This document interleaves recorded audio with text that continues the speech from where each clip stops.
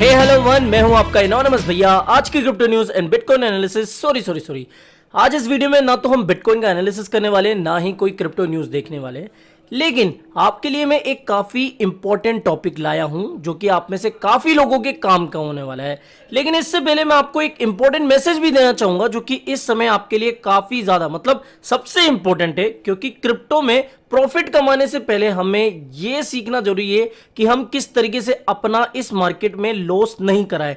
Loss तो क्या, आपको पता हो कि इस मार्केट में, क्रिप्टो मार्केट में स्कैम काफी ज्यादा होते हैं। कई बार तो क्या होता है कि हमें ये पता भी नहीं होता कि ये प्रोजेक्ट या फिर ये कॉइन स्कैम करने वाला होता है, बिकॉज इतनी परफेक्टली वो अपने आप को प्रेजेंट करता है या फिर इतने सही ढंग से वो अपने आप को पूरे मार्केट में उतारता है कि लोगों को लगता है कि यार ये तो पूरा जेन्युइन प्रोजेक्ट है। लेकिन इस समय मैं देख रहा हूं कि मार्केट में और काफी ऐसे कॉइन्स आ गए हैं जो कि बिल्कुल कतई स्कैम होने वाले हैं या फिर आपके साथ वो स्कैम करने वाले हैं।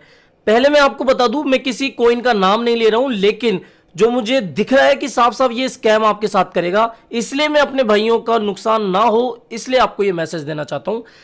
पहली चीज तो ये कि जितने भी अभी न्यू कॉइन्स आ रहे हैं जो कि कुत्ते बिल्ली जानवरों के नाम से हैं, ओके, उनसे सलंग दूर रहना है। यानी कि जितने भी आपको मीम कॉइन्स अभी मार्केट में उतरते हुए देखने को मिल रहे हैं, मैं देख रहा हूं कि कोई पिग ला रहा है, कोई चिड़िया ला रहा है, तो भैया इनसे आप दूर ही रहिए। वरना पहले क्या होता था, बुल मार्केट में ऐसे जो कॉइन्स होते थे ना, वो आपको थोड़ा प्रॉफिट दे भी जाते थे। ऐसा नहीं है कि ऐसे मीम कॉइन्स आपको प्रॉफिट नहीं देते, काफी लोगों ने ऐसे शिट कॉइन से पैसा कमाया भी है। लेकिन इस बियर मार्केट में ये जो मीम कॉइन है वो आपका काट नहीं है, क्योंकि इस मार्केट में अच्छे अच्छे कॉइन्स का ही अभी तेल निकल चुका है। तो ऐसे जो प्रोजेक्ट्स है ना, उनसे दूर रहिए। मैं आपको फिर कह रहा हूं, जिन भी कॉइन का नाम, जिन भी मीम कॉइन्स का नाम किसी जानवर से जुड़ा हुआ है, ठीक है, मैं फिर से कह रहा हूं, मैं किसी कॉइन का नाम नहीं ले रहा हूं, लेकिन आप अलर्ट रहो, ऐसे कॉइन्स के झांसे में बिल्कुल भी ना आए। मैंने अपने कल की वीडियो के कमेंट बॉक्स में कुछ इसी तरीके के कमेंट्स देखे थे कि भैया मैंने इस कॉइन को बाय कर लिया। तो भैया बाय मिस्टेक अगर आपने बाय कर लिया है और आप 2-4% अभी लॉस में चल रहे हो, तो तुरंत आपको इनको निकाल देना चाहिए, बिकॉज आपको ये बिल्कुल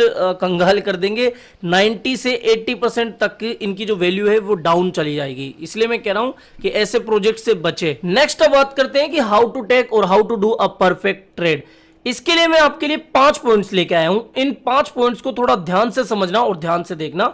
कुछ फैक्टर्स होते हैं जो कि एक सपोर्ट को सपोर्ट बनाते हैं और रेजिस्टेंस को रेजिस्टेंस बनाते हैं। तो आप जब एक ट्रेड ले रहे हो तो इनका जरूर से आपको ध्यान रखना चाहिए। Point number 1, price action versus indicator.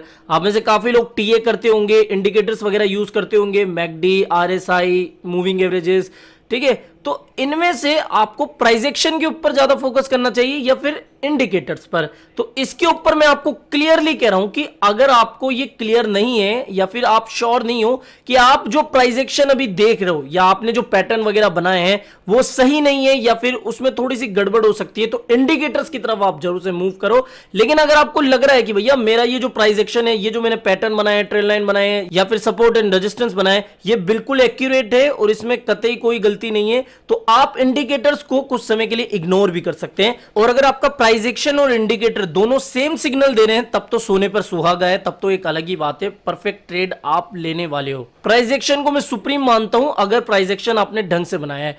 Next है टाइम फ्रेम। अब आप में से कुछ लोग सोचते होंगे कि भैया ज्यादातर यूट्यूबर्स आपको 4 hour time frame, 1 hour time frame या फिर डेली टाइम फ्रेम ही क्यों बताते हैं, क्यों नहीं वो 3 आवर का चार्ट या फिर 30 मिनट का या फिर 2 आवर का चार्ट आपको बताते हैं, 3 आवर का चार्ट बताते हैं।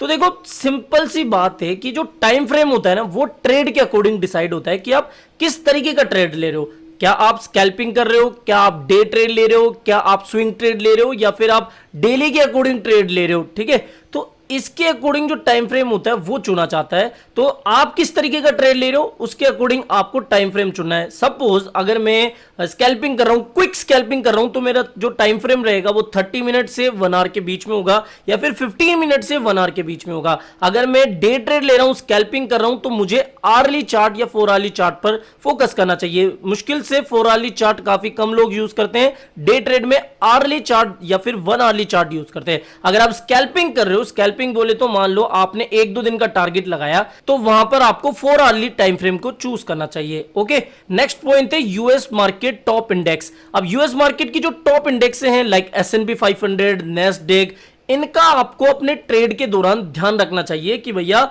जब मैं एक स्कैल्पिंग कर रहा हूं या फिर डे ट्रेड ले रहा हूं तो उस समय यूएस का मार्केट किस तरीके से चल रहा है, यानी कि जो S&P 500 है क्या वो नेगेटिव है या फिर पॉजिटिव हुई है, यूएस का मार्केट पॉजिटिव ओपन हुआ है या फिर नेगेटिव ओपन हुआ है, इस बात का भी खास तौर पर आपको ध्यान रखना चाहिए। फोर्थ पॉइंट है on chain data. On chain data में आ जाता है इनफ्लो आउटफ्लो डेटा। अब आप में से काफी लोग ये पूछते हैं कि भैया इनफ्लो का जैसे ही आप अपने टेलीग्राम पर डेटा शेयर करते हो तो किस तरीके से हम शॉर्ट पोजीशन ओपन करें।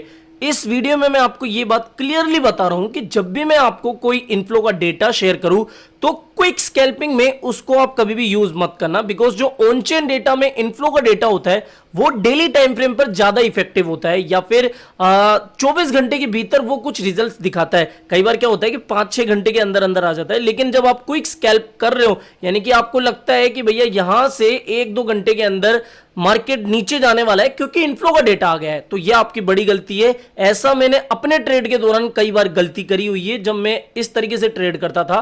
तो इस बात का ध्यान रखना है कि क्विक स्कैल्प में यानी कि आप अगर 15 मिनट 30 मिनट के टाइम फ्रेम पर ट्रेडिंग कर रहे हो तो उस समय आपको इनफ्लो का डेटा मिलते ही क्विकली शॉर्ट पोजीशन ओपन नहीं करनी चाहिए। मैं छोटे टाइम फ्रेम की बात कर रहा हूं, like 15 minute 30 minute. Okay, next point है ब्रेकिंग अपडेट्स। अब मैंने इसको सबसे लास्ट में इसलिए रखा क्योंकि जो ब्रेकिंग अपडेट्स होती है वो कभी किसी को पता नहीं होती। मान लो मैं तो आज मेरा कोई स्कैल्प ले रहा हूं, अब स्कैल्प लेते समय कोई ब्रेकिंग अपडेट आ गई तो मैंने तो अपना जो ऑर्डर था वो ओपन कर दिया है। तो ब्रेकिंग अपडेट को आप इस तरीके से लो कि मान लो अगर कोई बहुत नेगेटिव अपडेट आ गई और आपने पहले से ही कोई ट्रेड ओपन करके रखा है या फिर लॉन्ग वगैरह लिया है या फिर आप यहां से स्विंग ट्रेड कर रहे हो, तो उस समय आपको अपने ट्रेड को क्लोज करना चाहिए अगर कोई बड़ी नेगेटिव अपडेट आती है।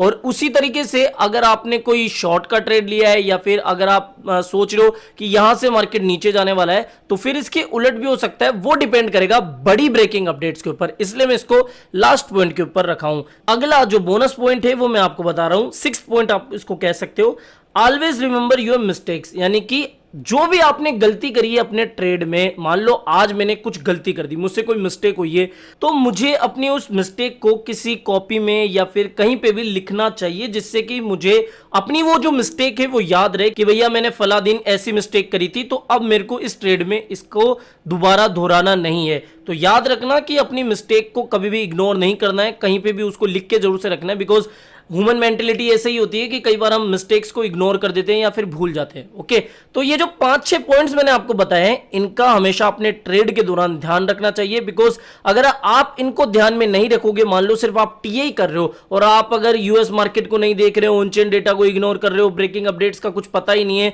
तो ऐसे ट्रेड में आपका लॉस भी हो सकता है। तो इन 4-5 पॉइंट्स का हमेशा अपने ट्रेड के दौरान ध्यान रखना चाहिए। तो फिलहाल इस वीडियो में इतना ही। आई होप ये सारे पॉइंट्स आपको कुछ काम के लगे होंगे, और अगर आपको इसी तरीके से कुछ नॉलेजेबल कंटेंट चाहिए तो वीडियो को सपोर्ट करना चाहिए, बिकॉज मैं देख रहा हूं कि मैं इतने आपको एजुकेशनल वीडियोस दे रहा हूं फिर भी कोई कद्र नहीं है ऐसे वीडियोस की। अगर आपको बेसिक लगे ना तो आप कमेंट करके बताओ कि भैया ये बेसिक वीडियो है और इससे एडवांस वीडियो में चाहिए, कि जिससे कि मुझे भी पता लगे कि हाँ मेरे जो व्यूअर्स है वो भैया प्रो हैं और उनको उसी तरीके का मैं कंटेंट दूं। ओके, तो मिलते हैं जल्दी नई अपडेट के साथ। टिल देन जय हिंद, जय भारत।